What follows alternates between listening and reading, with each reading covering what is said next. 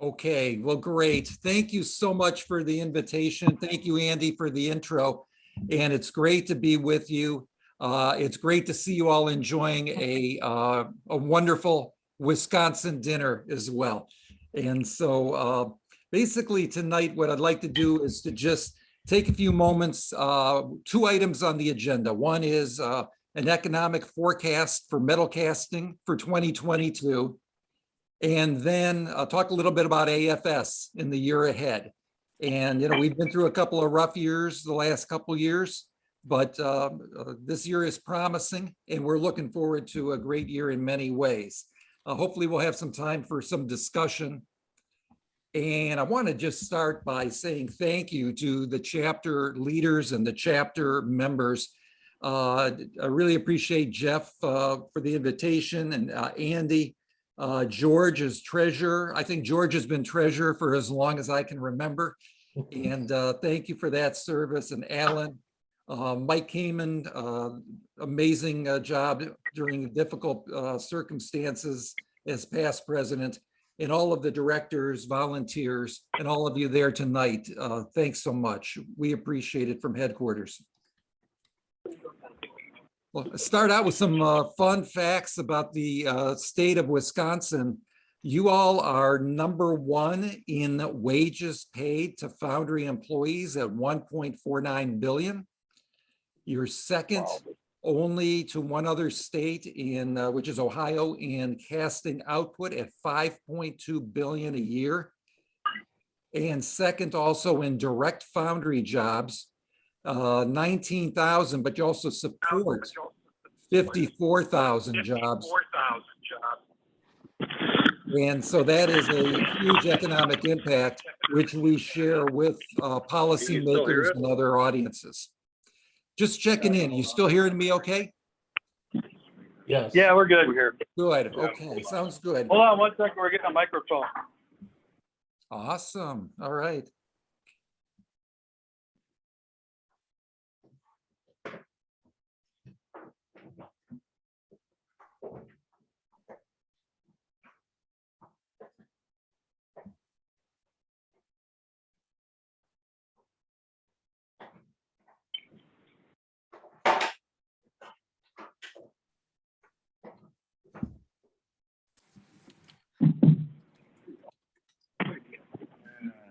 We can jump and see that.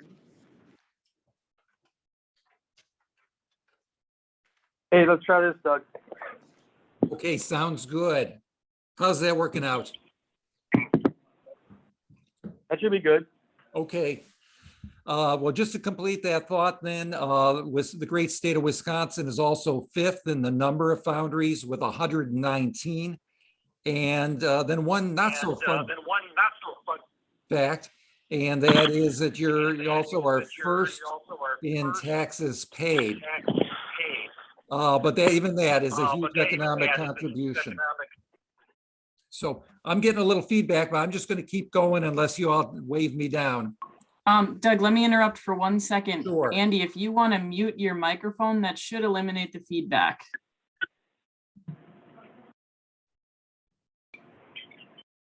Andy was having a problem.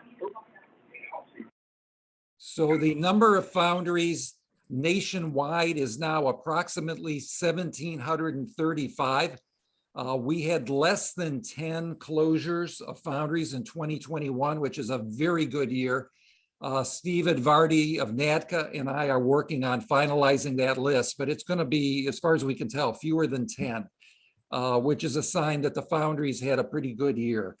We have more foundries in the United States than any country except for China and India. And the direct employment is 162,000 jobs. When we count the effects of suppliers and purchasers of castings, we're looking at a total economic impact employment-wise of 490,000 jobs, just a tremendous impact in our country. So we take a look at the economy for metal casters in a number of ways. We look at government statistics, we talk to foundries, and we also take, we look at growth forecasts from private forecasters. Finally, we also do our own survey research. Our most recent survey research, our quarterly metal casting outlook survey, was just before Thanksgiving. And our respondents indicated 44% said in the previous 90 days that casting sales had improved. Another 44% said they'd stay the same. About 12% said they had decreased. So that's a healthy economic picture.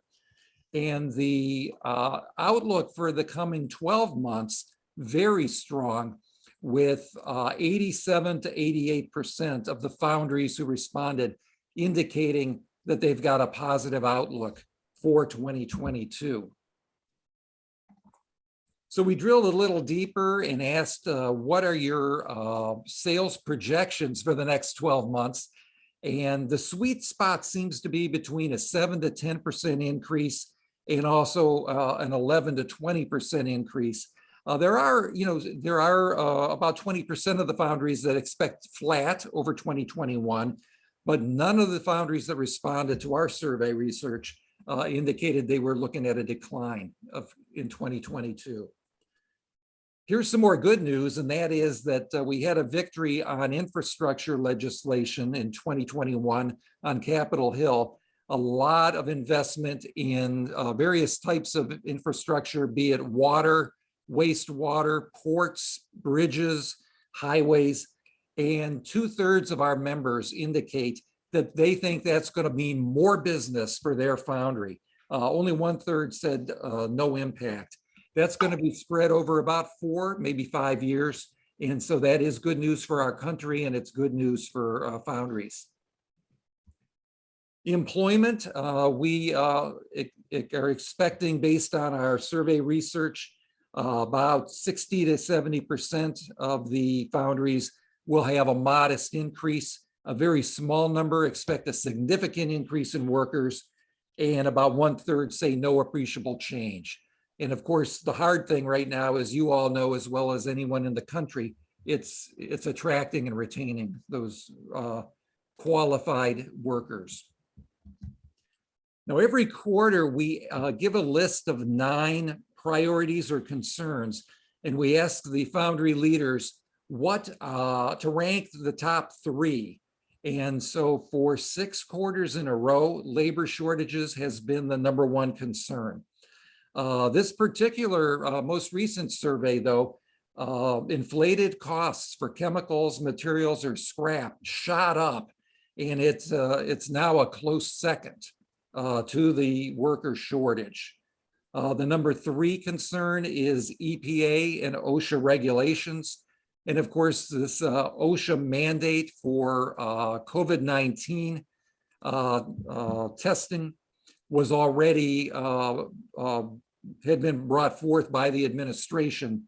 And so that placed 3rd, and then shortages of components or supplies came in 4th. A lot of these other concerns right now, not moving the needle very much, if at all. So then we had a couple of questions on the survey that are brand new questions. We never asked them before. One of them, we asked, which statement best describes your ability to hire and retain workers compared to 3 months ago? We wanted to get a sense, is the problem getting worse on the labor shortage, staying the same? Is it getting any better? And for the most part, depends on what part of the country the foundry is in, but for the most part, it's not getting better. Almost 60% said it's about the same. And unfortunately, as you can see with the green bar and the dark blue bar, there's actually folks that feel it's actually getting even worse since the summer months, which was not encouraging to see. And then we asked another question for the first time. And due to the worker shortage, is your foundry turning down some orders that you otherwise would produce? And, again, this would have been unfathomable a number of years ago, but 64% are actually leaving some orders on the table just because of the inability to have enough reliable workers on board to do that work. And then another 12% think that they're going to get to that situation in 2022. So that's just a manifestation of where we are. So this is information we've not released. It's going to come out on Wednesday of this week. And the historical casting sales by year figures are in black. And then our projections are in the dark blue color down at the bottom of the slide. So we're expecting to go from 42 billion in casting sales to 46.1 billion this year, 2022. Now that's a combination of two things. One is increased demand or more tonnage, plus in the effects of inflation. And you all as foundry leaders having to charge more for your castings to pass along costs that you're getting with inflation at a 39-year high. We also looked out to 2026. We think that our industry is going to continue to grow. We're pegging that at $54.8 billion. So the slide shows that we peaked at 43.3 billion in 2019, slipped with the pandemic in 2020, got almost back to the 2019 levels last year. And there's that projection for a 9.1% increase for the coming year. This chart's a little harder to see, but it does use a bar graph to show all the way back to 2013. And that again shows that 2019 was the high watermark for the last decade, with 2021 almost as close, 2022 with a 9.1% increase projected to go above and beyond that. So all of this and a lot of other information is going to be available starting Wednesday in the 2022 Metal Casting Forecasts and Trends. This is 36 pages of forecasts, data, charts, and insight. It's available and will be distributed to in electronic form, PDF, to everyone at our corporate member companies. And so it's a neat member benefit. In addition, if you're an individual member, you're not part of a corporate member company, you can buy it for 50% off the list price at afsinc.org. Just click on store and it's in our bookstore. Should be up by Wednesday and available for sale.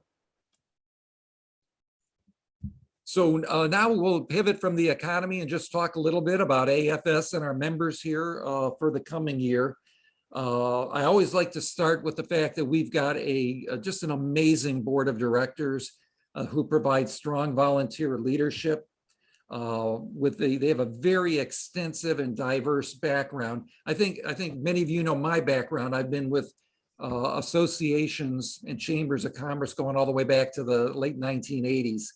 I've worked with many boards in different capacities, National Association of Manufacturers, local, national boards. This is as strong a board as I've ever been blessed to work with. And they are deeply committed to the AFS mission. I'm not sure, is Mike Lenahan in the room today?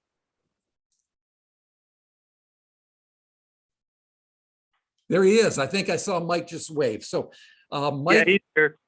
great. We've got an executive committee that's extraordinarily dedicated. You know, Mike came on 2 years ago, expecting to do 1 year and have it be another year of growth. And it turned out to be a 2-year stint for Mike. And but it says all you need to know about Mike, that when the pandemic hit, he said our industry is going to come out of this stronger. AFS is going to come out of this stronger. And we couldn't be more appreciative of Mike and his leadership and the entire board of directors. So thank you, Mike. We're also very grateful to our corporate members who provide an awful lot of the support for AFS. This chart goes back to 2011, and it shows that they're beginning in 2016, we began to really focus on adding more member benefits and to see if we could grow the corporate membership. And from 2016 to 2020, we took it from 794 to about 940-ish. But what really says a lot about our industry is that with everything the industry has been through, as of today, we're at 942. We're still right where we were 2 years ago. And that just speaks volumes to the commitment of our organization's members. Very appreciative. So some of the other things that are coming up here in the coming weeks and then coming months, on Capitol Hill, our policy agenda, we will be releasing that here in the next week. We'll be having a meeting of the Government Affairs Committee as well. And we are planning to continue to deliver our message on a lot of issues, including EPA, including OSHA, including taxes, including supply chain issues throughout the year here in 2022. And the Wisconsin Regional, right around the corner, February 9th through the 11th, the largest of all the regionals. I know you've got many technical sessions lined up. Mike is going to speak. When I was talking to Jeff a few days ago, the exhibit sales were quite strong. We're going to have 8 or 9 people from AFS headquarters out there to lend our support. And so we look forward to seeing you at the regional for a great event. AFS is bringing back a conference for the first time in 15 years. And this is the Operations and Profitability in Small and Mid-Size Foundry Conference. It's live online, so it's going to be using Zoom, February 14th through the 17th. It's got a very reasonable registration price. And for any of you who either are with or you work with small and mid-sized foundries, we encourage you to take a look at this program. It covers an amazing array of about 10 or 11 different topics with experts. And it's a great way to get insight in a very short amount of time, all focused on small and mid-sized foundries. Again, February 14th through the 17th. We've got another regional coming up. That's March 2nd and 3rd in Savannah, Georgia. This is again, always a very well-attended, well-planned regional. Adam Sansolo, our incoming AFS president, is on the agenda to speak. Stephanie Salmon will be providing a perspective. She'll be there, and a number of other great speakers. And so we're looking forward to that. Pardon me. Cast Expo, April 23rd to 26th in Columbus, Ohio. This is going to be the first time in 3 years that we've been able to get together as an industry. The excitement is there. More than 210 exhibitors have already lined up their exhibits. And we are looking forward to just a great opportunity to visit in person with people from all around the United States, and hopefully from Canada, Mexico, and perhaps some foreign participation as well. We encourage you to participate at a big level. We encourage you to get registered. We will comply with whatever restrictions are in place for safety. But we really believe, from everything we're hearing, that the pandemic and the current variation, it's going to be in much better situation by late April. The weather's getting warmer, and we think we're going to be able to have a great Cast Expo. And Columbus has our best history. It's our #1 city for best attendance. So that's going to be fun.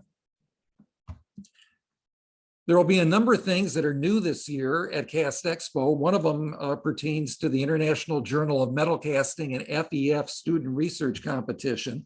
And this is a rebranded competition where undergraduate students are encouraged to submit their research in PowerPoint format. And we've done a number of things to make it exciting this year. First, we have doubled the scholarship dollars that are available.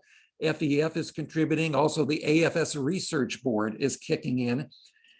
This is also the only metal casting scholarship competition that, in addition to providing those scholarship stipends, also allows the winning students to be published in an international journal.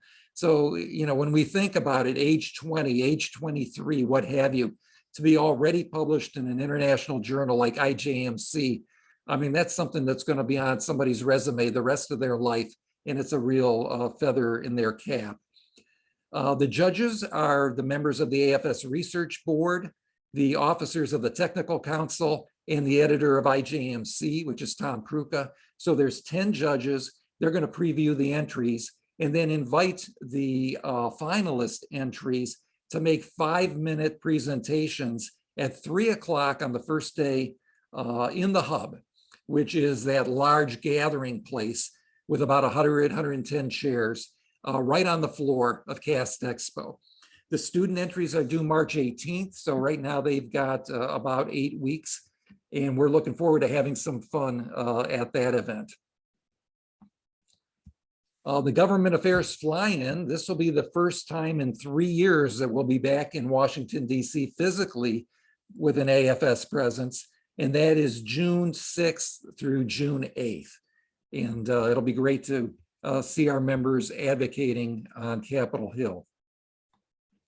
We've got just a big lineup of events this year because in addition to the ones we've already talked about or mentioned, we've got the Aluminum Casting Conference. That's in St. Louis. That's June 14th through the 16th. First time in 3 years, we're bringing back the Aluminum Conference, and they have a very good agenda in the works. And then we've got one more in July, and that is the Foundry Industry 4.0 Conference. Some of you may remember and may have even participated in the Foundry 4.0 virtual conference that we did last June. This one's going to be in person, July 26th through 27th at Eaglewood Resort and Spa, which is in the suburbs of Chicago in Itasca. It's not too far from O'Hare Airport.